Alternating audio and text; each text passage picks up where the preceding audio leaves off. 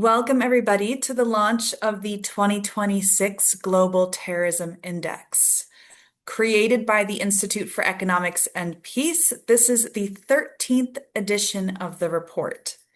And it arrives at a time when emerging conflicts, shifting geopolitical landscapes, and evolving threats make data-driven analysis of terrorism even more critical than ever. We launched the report about 2 hours ago, and already we've been receiving numerous hits online. We've been receiving media coverage from around the world. So we at the Institute are extremely excited that you've all come to join us today. My name is Leah Perekrests. I'm the Director of Partnerships at IEP, and I will be the moderator for this event. We have two speakers joining us tonight to share and reflect on the report's findings. We have Steve Killelea, the founder and executive chairman of the Institute for Economics and Peace, who will be sharing the report, and César Álvarez Velázquez, fellow at the Innovation for Development Foundation in Colombia and lecturer on terrorism studies at the Charles Sturt University.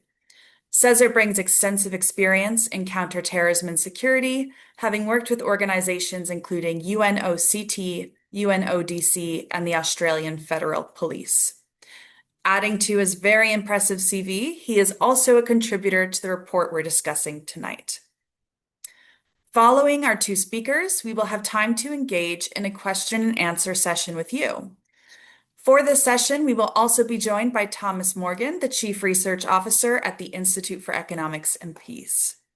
So as we start these presentations, please do submit your questions and answers via the Q&A function and the chat that you will find at the bottom of your screen. Without further ado, I invite Steve to take the floor. Steve, over to you.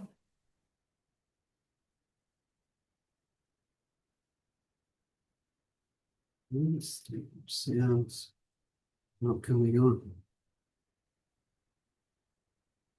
Right. Hello, everyone. Look, it's my pleasure to be here. And this is the 13th edition, as Leah said, of the Global Terrorism Index. Actually, it's been a great day so far. We're all really excited by the level of interest and intent we've got. Tom, who'll be on the question time, has done a large number of interviews over the last 2 days with the leading journals around the world. So I have actually done a few as well. I did the New York Times the other night. We've got a number of the leading different other organisations which are covering the launch as well. Anyway, without more to do, I'll now put on my screen, share it, and move forward from there.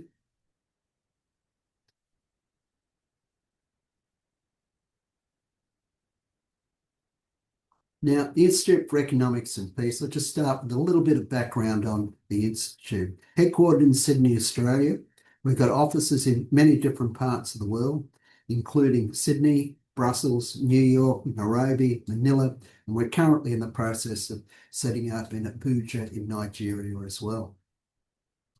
We cover a number of different areas. If we look at the public discourse, we've got 45 billion media impressions, but so far in this year, when we're 9 months into our year, we've got 175 billion social media impressions. And that's really come about because of Twitter. So Twitter now does fact checking on various tweets which people put out. And they use Grok, which is one of the LLMs to do that. And we're one of the key providers of information in that. So when people are doing checks on the various tweets, we're getting regularly referenced through that. So we'll finish this year with probably about 30 tweets for every person on the planet. That's really quite something. Our research has got impact in many other ways as well. We work extensively with people like the UN, World Bank, Commonwealth Secretariat, OECD. And last year we had over 1 million downloads of our reports. We've also got an extensive community engagement program. In fact, one of them is the IEP Ambassador program. We've had over 6,500 people have been trained in that so far. And actually, we've just started the new intake today. And as a matter of fact, within the first 48 hours, we've had 500 people registering, and as we're doing it now, they're registering at the rate of about 3 every minute. So if anyone's interested in that, I suggest go to Vision of Humanity, have a look at it, and then get engaged. So what we'll be doing is covering a number of different areas in this report. A little bit on the methodology, we'll then come into the results, and then we'll follow some of the trends which have been happening with terrorism since the inception. With youth radicalisation, it's becoming a big issue in many Western countries. We'll look at Borderlands, and César's going to be talking to more about that. We're finding more terrorism is coming closer to the borders. And that's because a lot of these areas are highly unstable and don't have full coverage from the central governments. And then we'll come back with something which is on everyone's mind, the war in Iran. So now if we quickly look at the index itself, we'll just look at very quickly how it's structured. So basically criteria is it has to be an act of violence by a non-state actor, so that leaves out states like, let's say, Israel or the US. It has to be an act of violence which is aimed at sending a message to more than the people who are affected by it, and that's for either religious, political, or ideological reasons. Now, if certain things are excluded, there are things like criminality, violent demonstrations, and then also we have some things which are a little bit more edgy, and that'd be mass shootings. Sometimes that can just be someone who's mentally ill who performs that.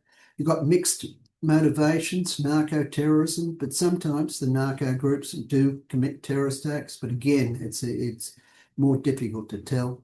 And sometimes terrorism in conflict zones, is it actually an attack of terror on some police, or is it a legitimate military target?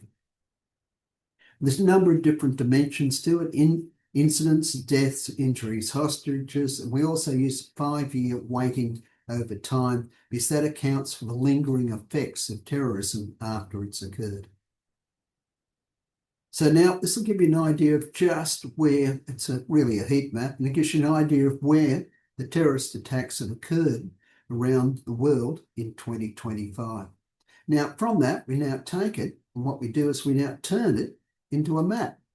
And so this will give you an idea. So if we're looking at it, blue is very, very good. Red is very, very bad. And if you'll notice, there are a number of key hotspots around the world. You'll notice Colombia, which we've obviously got César to talk to later on. You'll also see particularly the Sahel and parts of sub-Saharan Africa. And then we'll move over to South Asia, which is the other leading hotspot in the world today. Now, we're looking at what we had last year was 5,582 deaths. That's a decrease of 28%, probably the biggest decrease we've ever had in 1 year on the index. There were 2,944 incidences, which dropped by 22%. And so what you can see from that is they've got a larger decrease in deaths than attacks, which means the attacks also are becoming less fatal. So just put that in perspective, 81 countries actually improved. That compared to only 19, which actually deteriorated. And we'll come back to more on that a little bit further on. So now we'll start to move through the key findings of the index. And what we can see is that the 81 countries involved, the 19 that deteriorated, the 81 improvements and the 19 that deteriorated, several were actually in Western countries. So there's a juxtaposition going on there. So what we can find is terrorism's dropped globally. Actually, fatalities in the West went up 280%. Pakistan's now, for the first time, is ranked as the bottom country on the index. That was with over 1,139 deaths, the increase of 6% from the prior year. You can also see that the terrorism is very, very concentrated, and it's becoming actually more concentrated as time goes on. So 70% of the deaths just occurred in 5 countries: Pakistan, Burkina Faso, Nigeria, Niger, and the DRC. And Islamic State yet again, it's been the year, been the organisation which has been most deadly globally. However, it was only active in 15 countries this year, midly across 6 regions, but it was 22 countries last year, so 7 countries left. And as I've mentioned, the deaths in the West have rose by 280%, up to 57 deaths. There were 2 major attacks which accounted for a lot of that. The first one is the massacre in Bondi Beach in Sydney, Australia, where 15 people died. And the other was in January 2025 in Orlando, where a gentleman took a truck and drove it through a crowd. Now, this will give you an idea of the 10 most impacted countries globally. Obviously, as I mentioned, you can see at the top of the index is the Pakistan. You can then see it moves over to the Sahel. You've got Burkina Faso coming next, followed by Niger, then Nigeria. So Nigeria's had a very large increase in deaths this year. In fact, they're up 45%. From memory, something like 700 people. And Colombia has moved in to the worst 10 for the first time in the history of the index. We now come over and we have a look at where the improvements have been. Russia, it had a very major attack in 2024 by Islamic State. Now that's comparing back to that. So the number of deaths have come off dramatically compared to that. Syria keeps improving after the fall of the Assad regime, although we can see that Islamic State has got more active there. So there were 588 deaths, still very sizable number. Niger, has got 241 less deaths. Burkina Faso, 686 less deaths. And Mali, 249. So if we're looking at that, and we're looking at it, we can see with the Burkina Faso and Mali, they're in the epicenter of terrorism, which is in the Sahel, but both of them have improved. Obviously, Niger also is sitting there. It's improved, but that's been offset somewhat by an increase within Nigeria. Now, these are the ones which deteriorate the most. As I said, Nigeria, it's got 237 more deaths. Pakistan's got 61 more deaths. Congo, 102. That's Islamic State have been responsible for quite a bit of that. They're very active in the western part of the DRC, up in western Kivu. We can go over and you can see Benin. It's had 68 more deaths. That's an example of what we can see with JNIM starting to move further out towards the west coast of Africa. And Colombia, it increased by 88 deaths. A lot of that caused by drone attacks from FARC and ILN. Now, let's just have a look at some of the trends over time. So look from 2007 up to 2025. Can we see there's a number of different phases? So in 2007, that was the peak of the Iraq War. There was just over 10,000 deaths. Then improved for quite a period of time. And then what we saw with the increasing and moving up through the years of ISIS, moving up to the Syrian civil war and ISIS when it was most active in Europe. From there, we can now see it moved and that it now improved for many, many years. And then as it takes off in the Sahel, we can see it going up again. And now we can see this massive increase which has gone on over the last 2 years. But the question which I'll pose to all of you, and the question we've been very much debating within here is, will that continue? And we don't think so. And we'll come back to that later on. Now, if we start to now get a better look, this gives you an idea of just the fluctuation over time.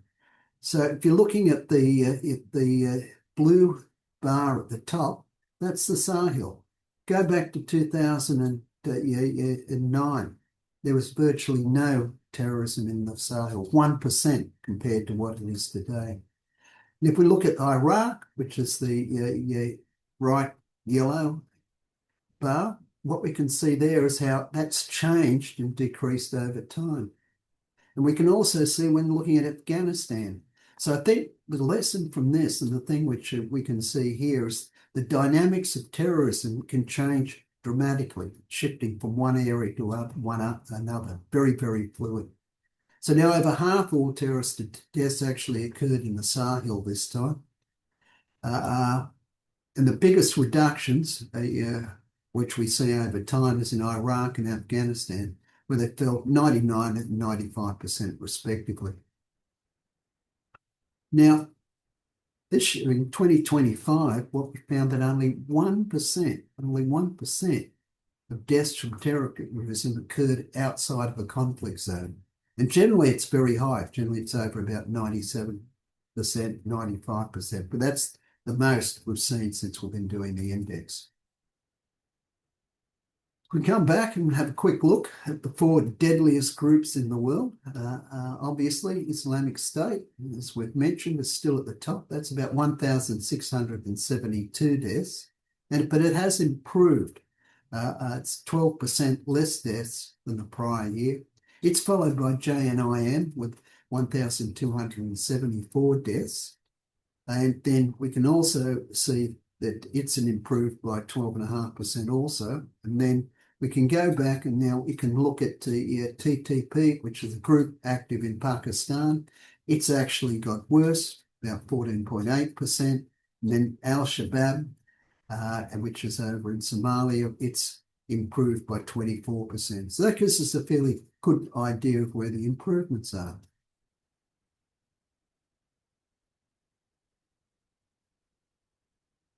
Now let's come back and have a quick look at the regional trends. This will give you an idea of the regional trends over time. And we can see this from this, the dramatic improvement in the Middle East. And so one of the things, as I've mentioned, it's very, very dynamic the way terrorism shifts.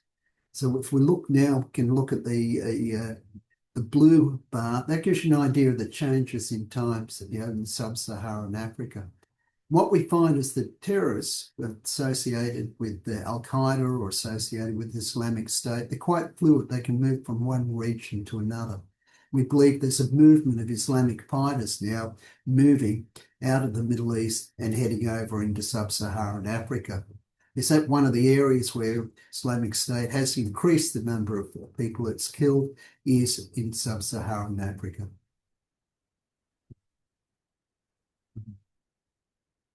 Now, this comes back to the West, and we'll spend a little bit of time now looking at terrorism in the West.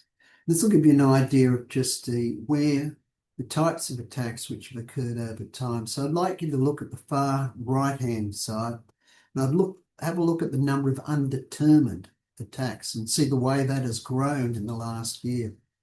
Now, if we go back to the height of the terrorism in the West, and we go back a decade or so ago, you can see just about all of it was politically motivated. And that's really fallen away dramatically. So this comes back a lot of the time, lone wolves, individuals which are performing these attacks rather than groups, which is what we could see a decade ago. Australia has experienced its worst ever attack in its history. That was 15 people which were killed in Bondi, as I mentioned earlier on. But the US this year had 28 people killed in terrorism. That's the highest number since 2019 and points something to the polarisation which is existing within the States today. So let's go over and have a quick look at the concepts of radicalisation. And so there's a number of ways people radicalise. And so if we look at it, we can look at the algorithmic exposure. And so they may go into just the standard social media platforms and then just get fed more and more material through the algorithms along the lines of what they're watching, particularly the short form video platforms. Now, what that means also, that will lead them to places, and quite often it can lead them into gaming platforms. Within the gaming platforms, you now start to, how can I put it, habituate them to violence. This violence becomes norm. And then you meet communities in there. Quite often these communities can be people who are trying to groom them, to move them into other areas. Then they can move into encrypted communications. And through moving into the encrypted communications, they can now start to build up the kind of rhetoric which causes people to radicalise. But what we also find is there's particular psychological profiles for people which are susceptible to this. And so two of the factors which are really interesting is 80% of them, radicalised youth, have a history of neglect or broken down family relationships. 77% of them suffer from abandonment. So quite often they're people who are socially isolated, looking for purpose and meaning in life, don't have much direction either. And they're also becoming more and more younger. So now if we're coming back, we're finding now when we're looking at the plots, the number of minors who are committing attacks and becoming radicalised are increasing all the time. So 24% of all terror-related investigations in Europe and North America, and it varies from 20% to 45% depending on the country, are what you would call minors. We're also seeing that the average time to radicalise is becoming much, much shorter. If we went back as far as 2002, it was 16 months. Now, that had dropped 13 years later to 6 months. That's 40% drop. And what we can see in isolated cases today, the radicalisation can occur in a matter of weeks. That's particularly true for teenagers who are in some sort of crisis in life, trying to search for meaning and where the brains haven't developed fully. Now, what we also find is that the youth, seeing they're younger, their plots are a lot more likely to get detected than adults. So we find that something like 97% of ones by youths actually get detected. We come back now and we look at it. This will give you an idea. 97% actually get detected, only 3% launch. This is looking over a 3-year period. Whereas we're looking at adults, 80% of them, or a bit less than that, about 66% of them get foiled, whereas 1/3 of them then turns out to be successful. So I'd like to come over and start to talk about the borderlands. So what we've found is that the number of attacks which happen on the borders of countries has been increasing over time. And so what we can see there is that there's a number of these areas in particular. We'll have a look at some graphs on this in a few minutes just so we can get a better idea. So the Afghan-Pakistan border, obviously Afghan and Pakistan are now fairly much in war. Pakistan bombed a hospital which was used for the rehabilitation of people with drugs in Kabul just 2 days ago. That killed over 400 people. And the borders, because both these countries now are struggling to be able to maintain control. So the areas where they struggle to maintain control most are around the borders. So given that the TTP, which is a Taliban organisation, is quite close with the government, there's a lot more tolerance for them moving across the border from Afghanistan into Pakistan. We can go up and look at the Sahel. We can see the same approach there. The Colombia-Venezuela border, which we'll see a slide on in a minute, is even more stark. And then the Lake Chad Basin as well is an area where Boko Haram and Islamic State of West Africa are operational. That comes across the borders of Nigeria, Cameroon, Niger, and Chad. We've had 15,000 people killed there since 2007.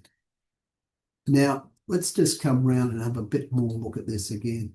So 41% of attacks occur within 50 kilometres of an international border. That's now, we step up to within 100 kilometres, you're now up to 64% of all attacks. And as I mentioned, that represents an authority gap. When the governments are weak, they haven't got the ability to be able to gain control of these areas. And that leaves them weak. That enables terrorist groups to be able to then recruit, train, and operate within those areas. Now, it's also becoming more common, and that's why we've covered it in this year's report. So where if we went back to 2011, 62% occurred around a border. That's up to 72% in 2015. And so there's something rather disturbing in that, because it means what we can see is that there's a lot of states which are becoming less capable of being able to maintain control of the territory within their national borders. And so this will just come around and we'll have a bit of a look at the way some of this looks. This gives you an idea of Pakistan. You can see the border with Afghanistan, and you can just see the number of attacks which are occurring along there. It's really, really quite stark. And you can see when you look at the colour code, the ones which have happened most recently in the last 3 years are coloured blue compared to the prior years, which was really before the Taliban got control in Afghanistan.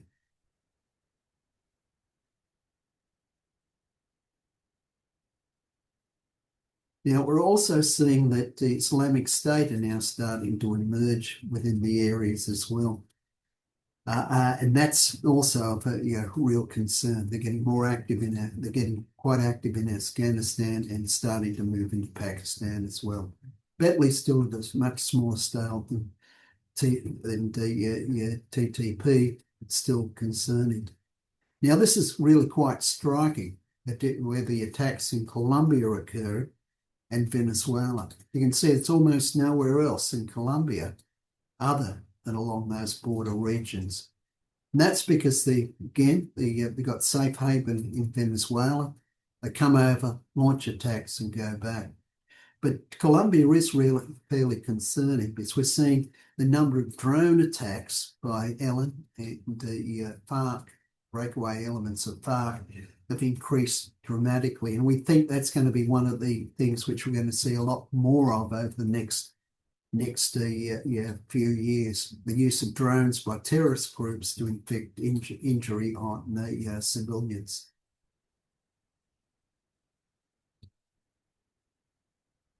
Now, we'll come back and we'll have a look at the border areas, the Sahel, the tri-border area between Mali, Niger, Burkina Faso.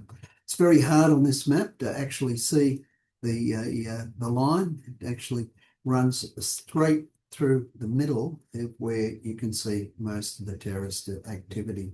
And again, it just shows how Niger in particular, or Mali in particular, how well it's just concentrated around those areas. There's almost been 4,000 attacks in those 3 countries over the 2 decades, and over 17,000 deaths just from terrorism. Now, JNIM, it's expanding further, moving towards the coastal areas of West Africa, and then moving out from Burkina Faso. They were very active in Togo last year. They've become active in different areas this year. Again, this one's probably the most striking. We're looking at the Lake Chad Basin area. And so we can see this gives you an idea of how far the attacks are actually occurring within the border. You can see that they've moved from a long distance, like the average attack being 170 kilometres away, now down to the average attack occurring within 10 kilometres of the border. And a lot of this comes down to cross-border arms smuggling activities. These help to fuel the insurgencies. Got a lot of weapons flowing through those areas as well. And a lot of that moving up into northeast Nigeria, which is fueling the issues there. 80% of the deaths in Nigeria from Boko Haram. Most of the rest of it is from the Islamic State of West Africa.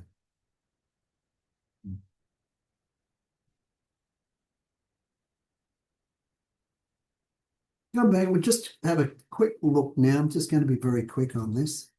If we look at this again, we'll come back and we'll talk about Iran for a while. If we go back into December 2023, we had the Hamas attack on Israel. And this will give you an idea of just how fast things have moved. Then we had the assassination of Nasrallah that occurred in September 24. So that's really very, very recent. We're going back 6 months. Then we had the Israeli strikes on Tehran's air defences. That's happened in October. The 12-day war started in June. Then we had the snapback triggered by the trio in Europe, and that's basically sanctions which were put on Iranian oil. Then they had the largest protests in the history, really, since the fall of the Shah. And obviously, there were a large number of people murdered in that. Then we had the regime crackdown with thousands of people killed. Then the start of the Operation Epic Fury, killing the leader of the country. Then that's followed by what we can see now is follow-on things like sort of a copycat or, I guess, attacks, which is sort of emotionally motivated by it. Then we have the Hezbollah strikes in Syria, and on it moves from there. And so now, if you look at this, this will give you an idea of just the changes in oil flows. And so we've looked at the normal daily average flows. We then can go back and see what it was on the 28th of February, the day before the strikes. And now, one day later, 1st of March, you can see how it's dropped. And at this stage, what we'd say it's shut. It's hard to see at the moment exactly when it's going to open. We're starting to see the destruction of the gas within both Iran and within Qatar. Qatar supplies 40% of the world's natural gas. Its operations go out for some months. That's going to have an incredible impact on energy prices. And at this stage, it's hard to see exactly what's going to open the Straits of Hormuz. One of the things, although most of Iran's military equipment has been destroyed, the tail on these terrorist attacks, they're asymmetric. So what they can do is they can keep going for a long while with a small amount of equipment, and that can just create devastation. Their aim is to try and put enough pressure on the global economy that the US and Israel pull back. You can also see that it's caused the sympathies to flow in other areas. We've seen the Austin, Texas attack on the 1st of March. That was a targeted attack on the Iranian Canadians who were dissenters based in a gym. We had another car attack on a synagogue in Michigan. Again, and that was luckily there were no casualties there. But again, this illustrates how these threats are now starting to materialise, and we expect to see more. Now, it's a large proxy network which Iran has. That includes Hezbollah, Iraq Shia militias, and the Houthis. And also now there's a concept called the mosaic principle, and that's where each of the different groups now works with a common purpose, but they act independently of the other groups. In fact, they're what you'd call semi-autonomous. This gets very, very hard to predict exactly what they're going to do, and much harder to shut down because there isn't actually a head to go after. And when we look at it, there's real potential for destabilisation through the region. Iraq has 67 militias in it, with a minimum of about 160,000 fighters. In fact, that's up to 230,000 fighters who are loyal to the Islamic State. And they've actually already started to do attacks within Iraq on US military installations and also on the US embassy in Baghdad. So again, this gives you an idea, this here gives you an idea of the overall reach and the overall plots, which are linked to the Islamic Revolutionary Guard. And so we can see the various groups, 4 different major networks which they fund. And then if we look at the one on the far right-hand side, that gives you an idea of attacks which have been linked to the Iranian Revolutionary Guard in other parts of the world. Now in Australia, for example, there have been hired criminal networks there who then to attack synagogues and other Jewish places. And these were just standard criminals who were just doing it for money because they were paid by Iran's Revolutionary Guard. that resulted in the expelling of a whole range of different diplomats from Australia.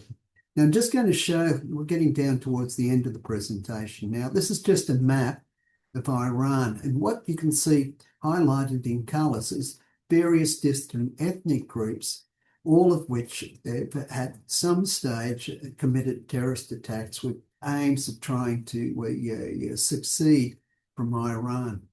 So note the one up at the top there in purple, they're basically Azerbaijanians, and Azerbaijan is very, very close to Israel, very strong relationships there. If we come over and look at the green, that's Kurds, and if we go right down to the bottom right-hand car, that's the Borshalists, which are basically on the border with the Pakistan. Now, this has if the Iranian Revolutionary Guard now lose control the territory because they're much, much weakened, you're likely to see a large rise in the number of the ethnicities rising up to try and claim their own territory. That would then be disastrous, probably for the whole region. Think back, and what I want you to think about is other states, as the governments get really weak and start fighting for survival. We can then also see what happens if they get overthrown and you get a weak government in there. We can see that what happened in Iraq. We can see what happened in Afghanistan. We can see weak regimes fighting.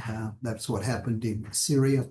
It gives the opportunity for other countries to get involved. You may get Iranians who want to overthrow the government, or the Islamic Revolutionary Guard rising up in the country as well. And this could easily spill over into Iraq, as we've already seen with some of the militias there attacking US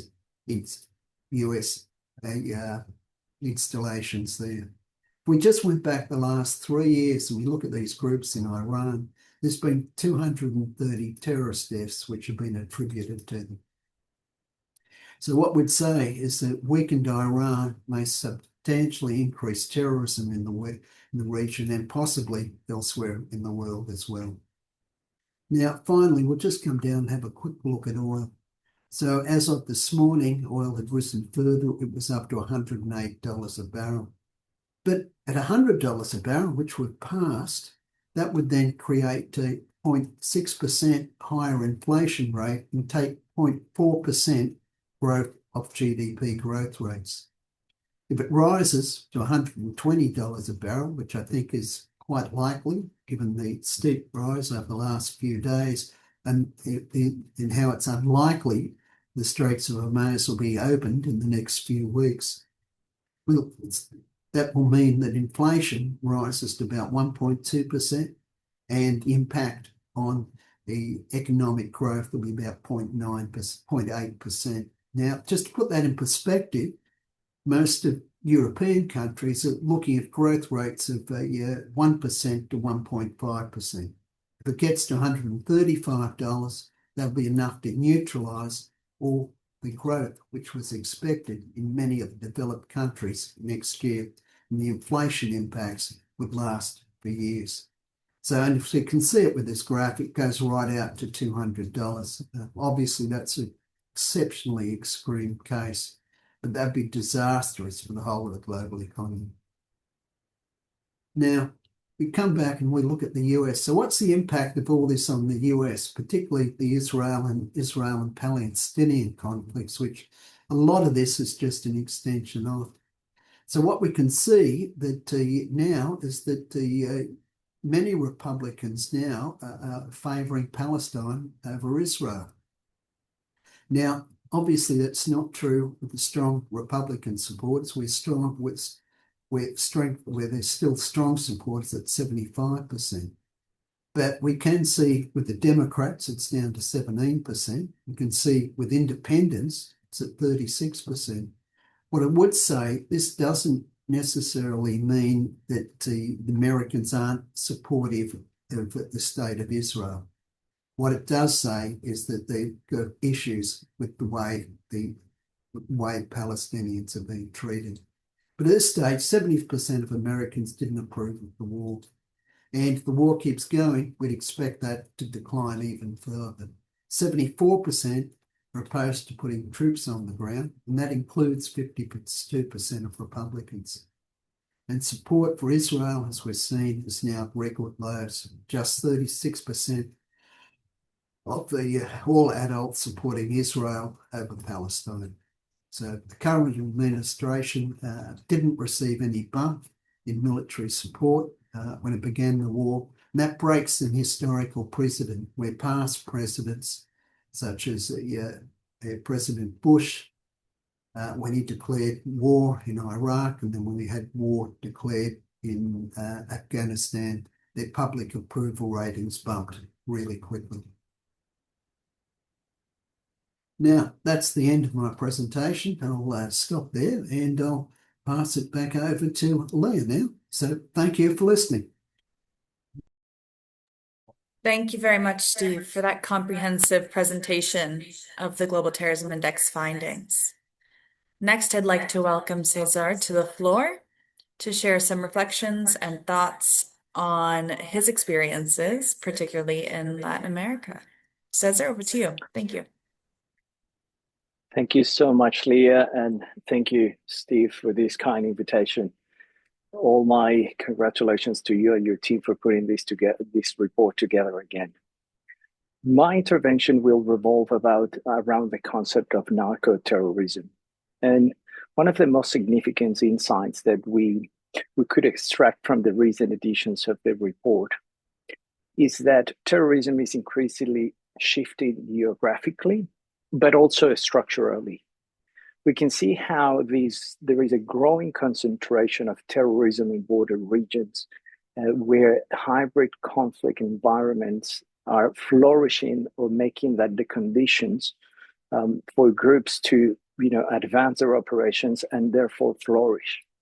I think we are evidently seeing in the light of the report that there is regions where governance is increasingly contested, where the state presence is sometimes uneven or completely absent, but also there is an important element, and this is related to that crime-terror nexus, which is in those specific criminal environments, illicit economies thrive. Those are three preconditions that, if we look at them together, you could see how those completely reflect what is going on the Colombian-Venezuelan border. And this is why this is so important. Understanding the evolution of narco-terrorism as a concept, but also as a practical element to understand the strategy that governments, authorities, policymakers, and practitioners can set in place to put a lid on the problem, you need to better understand, or you need to first understand how it has evolved. And this is once again, why is this so important? We are not talking about anymore simply about hotspots of terrorism. This is a strategic environment that is constantly changing, and why and where terrorism, organized crime, and political dynamics are increasingly converging.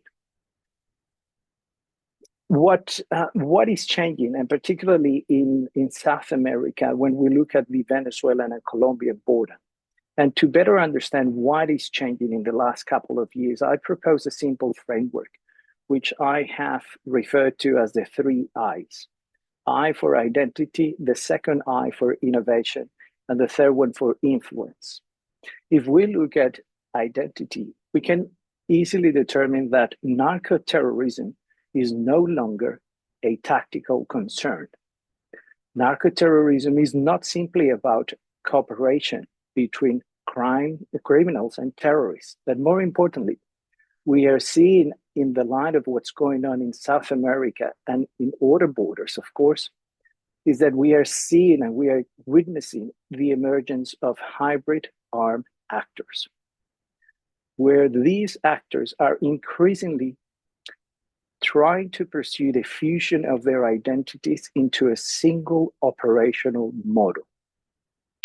Groups such as the ELN and FARC, particularly FARC dissidents in Colombia, illustrate this shift.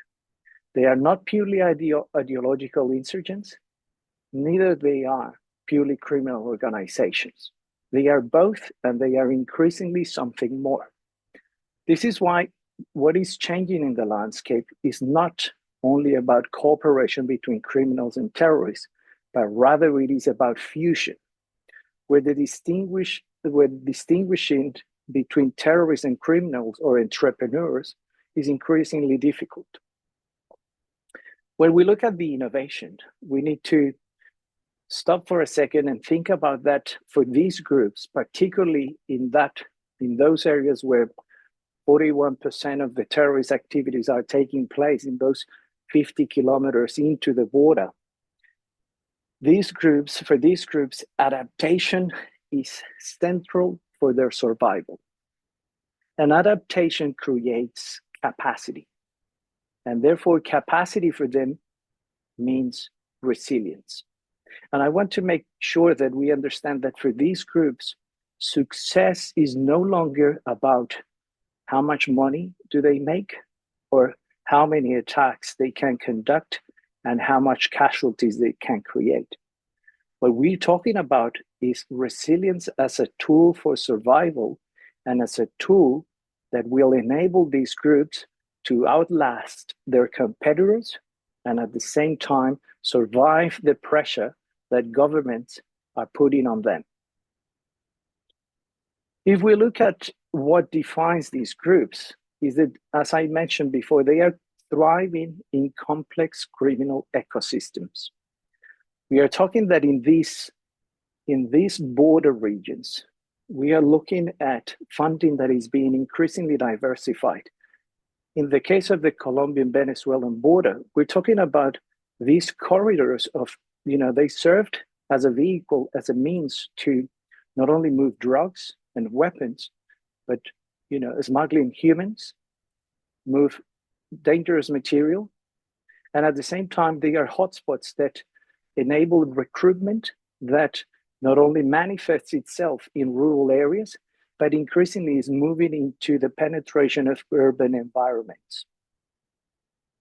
The other variable that we see in these complex criminal ecosystems is that operations are increasingly embracing technology. And I think Steve mentioned how the use of drone warfare by ELN and the FARC dissidents in Colombia, particularly in the Catatumbo region, has led to these increasing casualties, has led also to the increase in terrorist activity. I think in that same line of technology, it's important to acknowledge that this complex web of harm that these groups are creating also enables them to disseminate propaganda that is increasingly witnessing more geopolitical and global narrative into their communication channels. This is important because technology is not also a safe way for these groups to conduct terrorist operations, but also to galvanize international attention and support. And finally, I would say that in this innovation context and this context of criminal ecosystems, the strategy is increasingly demonstrating that political penetration is at the utmost importance for these groups. At the back of the peace process in Colombia and the changing dynamics in the border and how consistently efforts from the national government in Colombia to restore peace, we have seen how these hybrid groups, hybrid criminal actors are reaching into the political sphere more and more prominently. You can see these patterns that I just outlined about funding, recruitment, operations, propaganda, a strategy coming to life in regions not only in Colombia or Venezuela, but also in regions like Mexico, given the rise in violence, also in Ecuador, in the light of the designation of what we used to understand as criminal actors, criminal entrepreneurs, being designated now as terrorist organizations. If we move into the influence of that three eyes framework, we have to think that these groups these hybrid actors are thinking globally, but they are also acting globally. But more importantly, their impact, the implications of their actions, they can be felt transnationally. These are no longer groups that are confined to the tactical elements of what we used to understand as the fight against terrorism. What we are seeing now in full display is that, unfortunately, unlike what happens in Vegas, what these hybrid groups do, it doesn't stay in the regions. It has that international aspect that permeates the region, permeates a complete region like South America, but also importantly, when we look at the transnational and serious organized crime component, we can see the repercussions of those actions that take place in rural Colombia being felt in the shores of Australia in the way that we get increasingly amount of cocaine trying to be smuggled across the border. So if we want to look at how is this playing out for the broader understanding of how narco-terrorism as a concept, but also practically has evolved over the last few years, we could conclude that terrorism in these areas is increasingly driven by market competition in the lens of illicit economies and strategic corridors that will enable these groups to not only fund more attacks or operations, but more importantly, to sustain their structures. And they are less driven by ideology, again, because their identity is changing and is infused to the point that it is increasingly hard to distinguish to what extent is this an insurgency, to what extent are we talking about a purely ideological terrorist group, or are we talking about criminal entrepreneurs? So I think that is what is playing out, and is best illustrated by the case, unfortunately, of Colombia and Venezuela. Finally, what this means for the region and more broadly to the world is that if narco-terrorism has evolved, our responses must evolve accordingly. We need integrated strategies.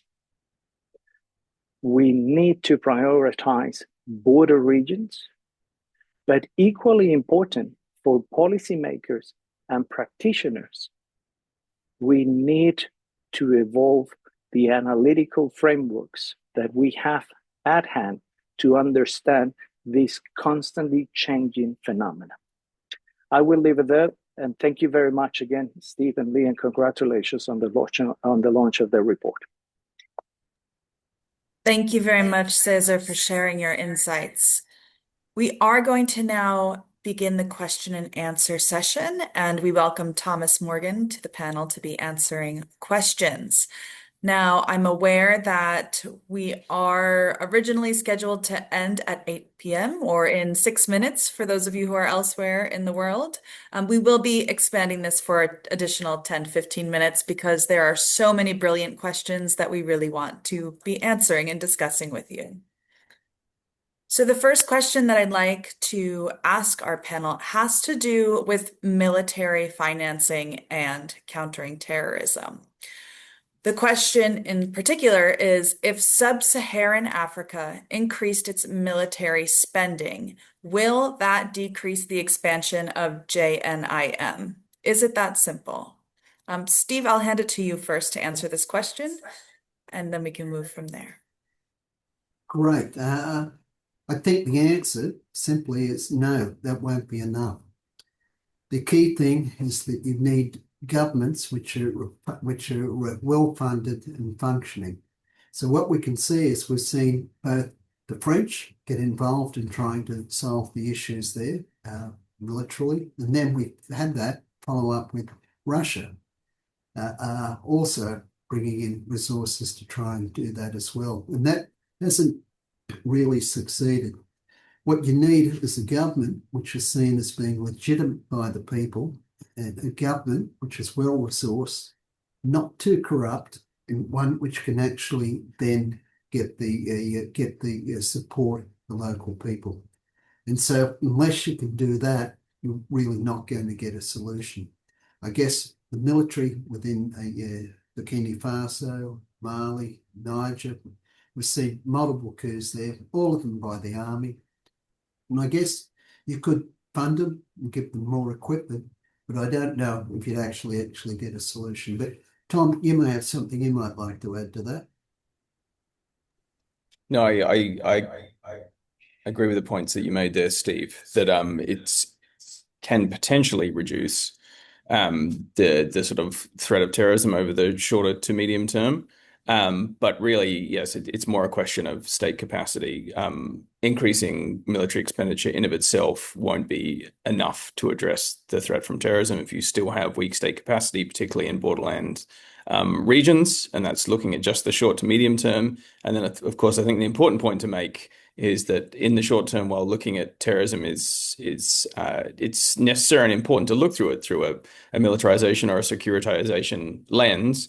In the longer term, the countries that have had the most success in dealing with and reducing the level of terrorism have treated it as a whole of country, whole of society approach. If you look at Iraq, that's the country that had the biggest drop in terrorism. So the number of deaths in Iraq from 2007 to 2025 fell 99%. Not just treating it as a securitization issue, but as a whole of society approach, looking at the reintegration of militants, providing economic opportunities. And we look a little bit in the youth radicalization section of the report at the drivers of armed extremist group recruitment in sub-Saharan Africa. And we found that particularly for sub-Saharan Africa, lack of economic opportunity and repression from state security forces are the key drivers for armed extremist group recruitment. So it's a mixed picture, but by itself, in of itself, increasing military expenditure can't be the sole approach. César, do you have any thoughts that you wanted to add in on this topic? Only one. I would only say that it is not just a matter of adding money, but it is equally important to know where that money is going, where that money is being put to.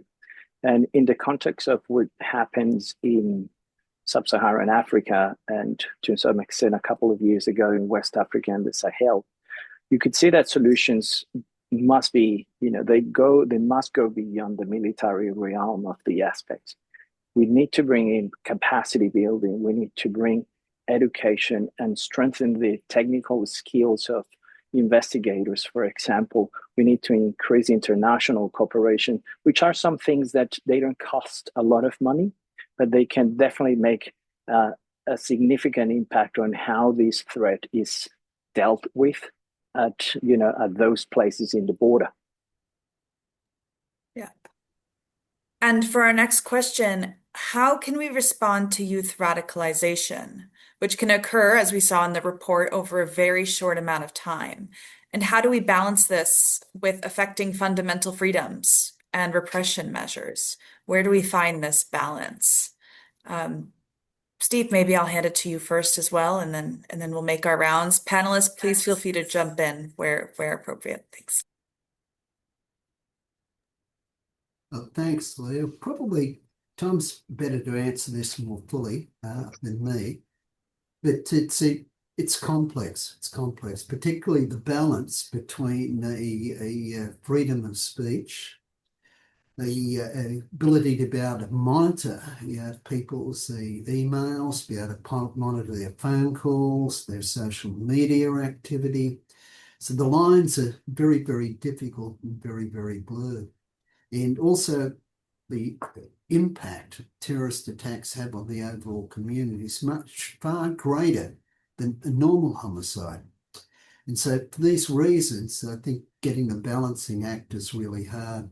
In some ways, you can bring it back and you can look at some of the underlying issues within society. So one of the things, for example, is we'd see in most Western countries, things are becoming much more polarized. People are getting stronger opinions, getting more radical in those opinions and getting more grounded and harder to shift, and not being able to see the value in people with different opinions. So that's one of the issues. Combined with it also, we can see that there's a lot more people within the West, for example, which are lacking purpose and lacking meaning in their life. We can see this reflected in many ways. We can also see that governments aren't seen as legitimate as what they used to be. And that can come back to rising perceptions of corruption within government, and also levels of the growing inefficiency within government as well, and within government establishments. So one of the things which is key is that people have to think that their lives are actually improving. That takes their mind away from other things. But we can see that productivity in the Western countries hasn't really increased much in the last 5 years, possibly even a decade. So without an improvement in productivity, you can't really get an improvement in people's quality of life, from a material perspective anyway. And we can see that mental illness is on the rise. So addressing those kind of things would go a long way. I'll pass it over to Tom now, because I'm sure he's got some very, very interesting comments on that. I think with regards to youth radicalization specifically, there have been two types of approaches that have been tried so far. So you have attempts to get tech companies to self-regulate or to alter their algorithms or work in partnership. There's this concept that's going around of youth consent, so getting youth to opt in to what data is shared with tech companies and so on. And then the other approach is the kind of programs like Prevent in the UK, where you have a system specifically set up to target at-risk youth, and to then try and implement various training programs and sort of to take them off the path from radicalization. And I think the problems with those two approaches, I mean, if you look at something like Prevent, is the sheer number of people who are referred to the service. So you're talking about tens of thousands of people, and the resources it takes to have interventions at that kind of level is perhaps not logistically feasible. And then when it comes to sort of tech company regulation, I think it's less a question. If you look at how the algorithms operate, they almost operate in an evolutionary sense. People, they select for engagement. So even if tech companies aren't necessarily pushing extremist material, if you have people more interested in that material, which seems to be the case from the research, having that kind of regulation is very tricky. So in terms of what could actually be a feasible approach here, a number of countries are now trying, very broad blanket bans on things like social media for youth. So Australia has brought in a ban for social media for children under the age of 16. I know Mexico is looking at doing the same. France is looking at doing the same. There were calls, I think even today in the UK, for a similar kind of ban. Now, that circumvents the problem of having so many people referred to a program like Prevent. It circumvents the problem of trying to get tech companies to self-regulate. Whether it will be effective in the case of youth radicalization remains to be seen. But what we will see over the next couple of years is a kind of as close as you can get to a broad scale natural experiment, in terms of having, a control group, countries where they're not implementing the social media ban and countries which are implementing it. So it would be very interesting to see if that has any impact on youth radicalization over the coming 5 years or the next decade. Wonderful. Our next question is one that's particularly addressing Colombia. So César, I'll hand this over to you first. To what extent is Colombia's top 10 ranking down to failure in the government's total peace implementation? And to what extent does it respond to the tactical adaptation of FARC and ELN along with the Venezuela border? Thank you, Leah. I would say that it is not the only driver, but is the most prominent driving force behind this horrible result for Colombia. Total peace is definitely one of the flags of this current government in Colombia. It has been poorly designed from the beginning, and its implementation has even even worse. What it looks on the ground is completely different to what was on paper, understanding that what was on paper was not going to be feasible in the context of what Colombia is going through. It is hard to make peace in a country where there is almost more than nearly 300,000 hectares of coca crops. To give you an idea, this is twice the size of London's metropolitan area and 4 times the size of New York. And as long as we in Colombia, the government, they are unable to put a lid on the drug problem, there is no pathway to peace. So again, it is not the only reason, but if we want to look at the other elements, like in the question we're referred to, the tactical evolution, I will go back to my comments about it is an increasingly complex environment that touches on funding, tactics, the strategy, that when you try to analyze it, it's increasingly harder to find a silver bullet to fix this problem. But definitely the first step is to deal with the drug trafficking problem that we have, the production of cocaine in Colombia that we have. Thank you. So we only have a few minutes left. I'm going to put our panelists to the test here and do a very rapid round of questions. So I'll ask each of you to answer briefly the following questions. So Steve, I'll ask you, when doing business in Europe in the financial sector, what are the key factors we should pay particular attention to this year in the fight against terrorist financing?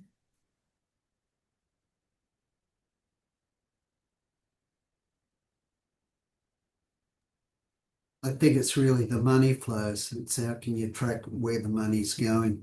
And with the rise of the cryptocurrency, that's getting more and more difficult.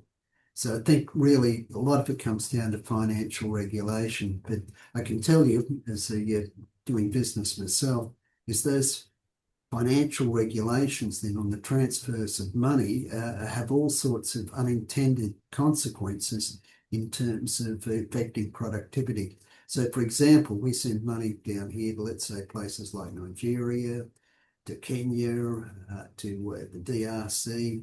And what we find quite often is the banks can hold them up for 3, sometimes up to 3 weeks while they're trying to determine where the money's going to and that the money's actually safe. But I think the key thing really from that perspective is really being able to try and track the money. They can improve the efficiency in doing that. That's great. But the best we can do is just really try and follow the money. Thank you. And César, where do we see flows of weapons moving into terrorist organizations? Where are they getting this access to weapons from?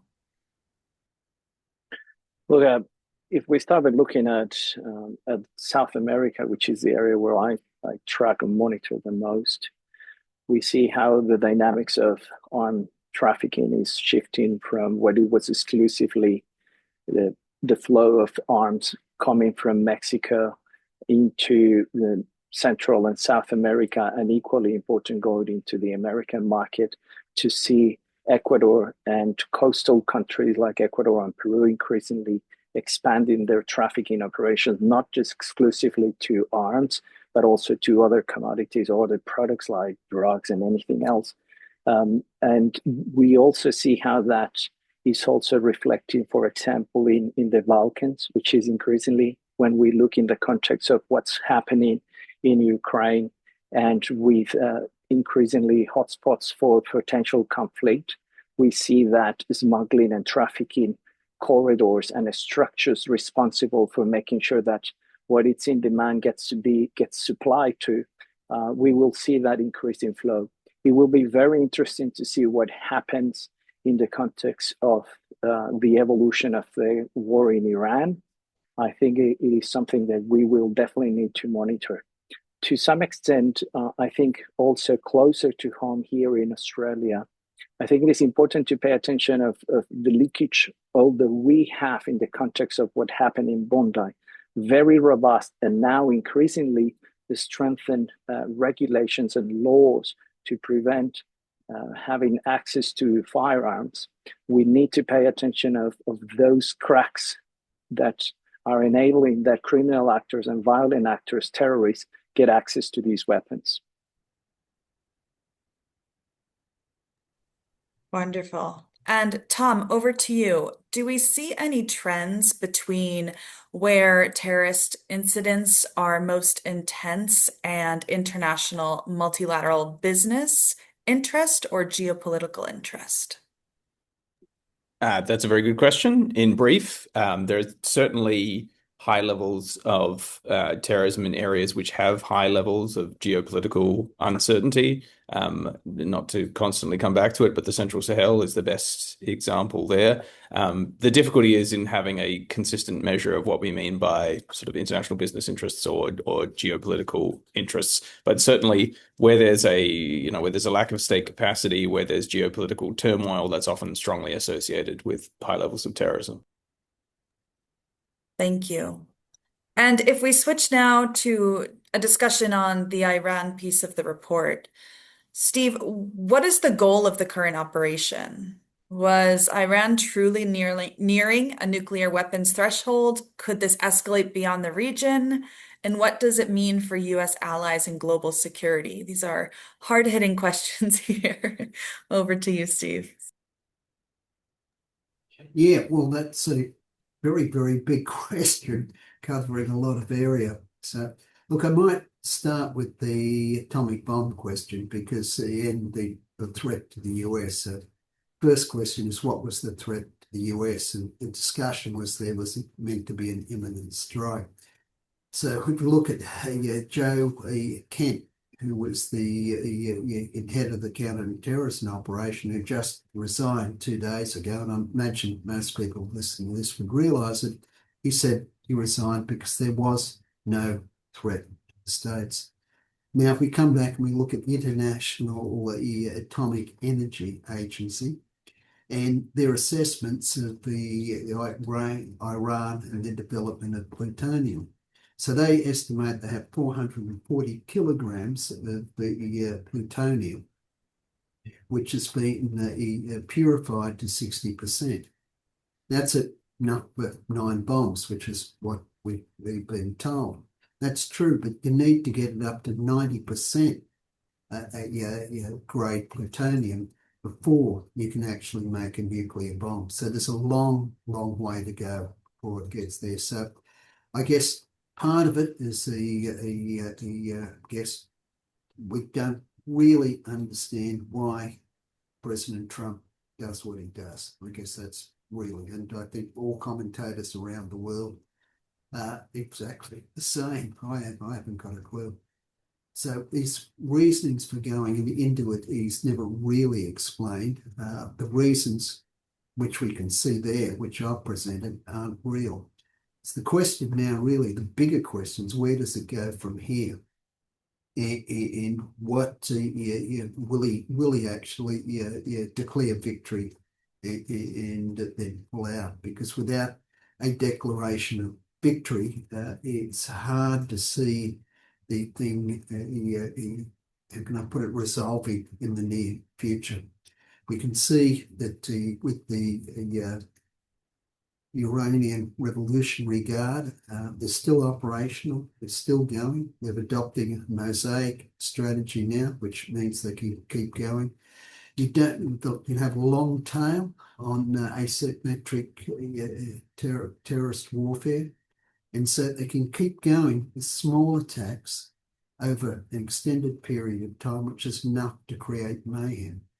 And the question is, without the Iran saying that, okay, the Straits of Hormuz are open, we're definitely waiting for some period of time, a minimum of weeks, before we'd actually see transit through there. So I think the real question is, what is the future? I don't think we're ever going to really understand why President Trump went there. Joe Kent had insights. He'd say it was because he was the influence of the Israeli lobby groups in the US. There's probably a lot of truth in that, but whether there are other reasons or not, we don't know. US supplies 22% of the world's oil now. It's the largest supplier.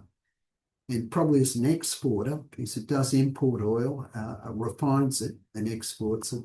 After Saudi Arabia, it's probably the largest exporter as well. So is it trying to capture the global oil market?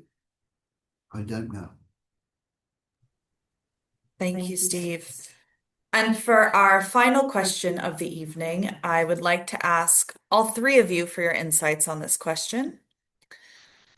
The report tracks where terrorism is getting worse, but it also tells us about where things are getting better.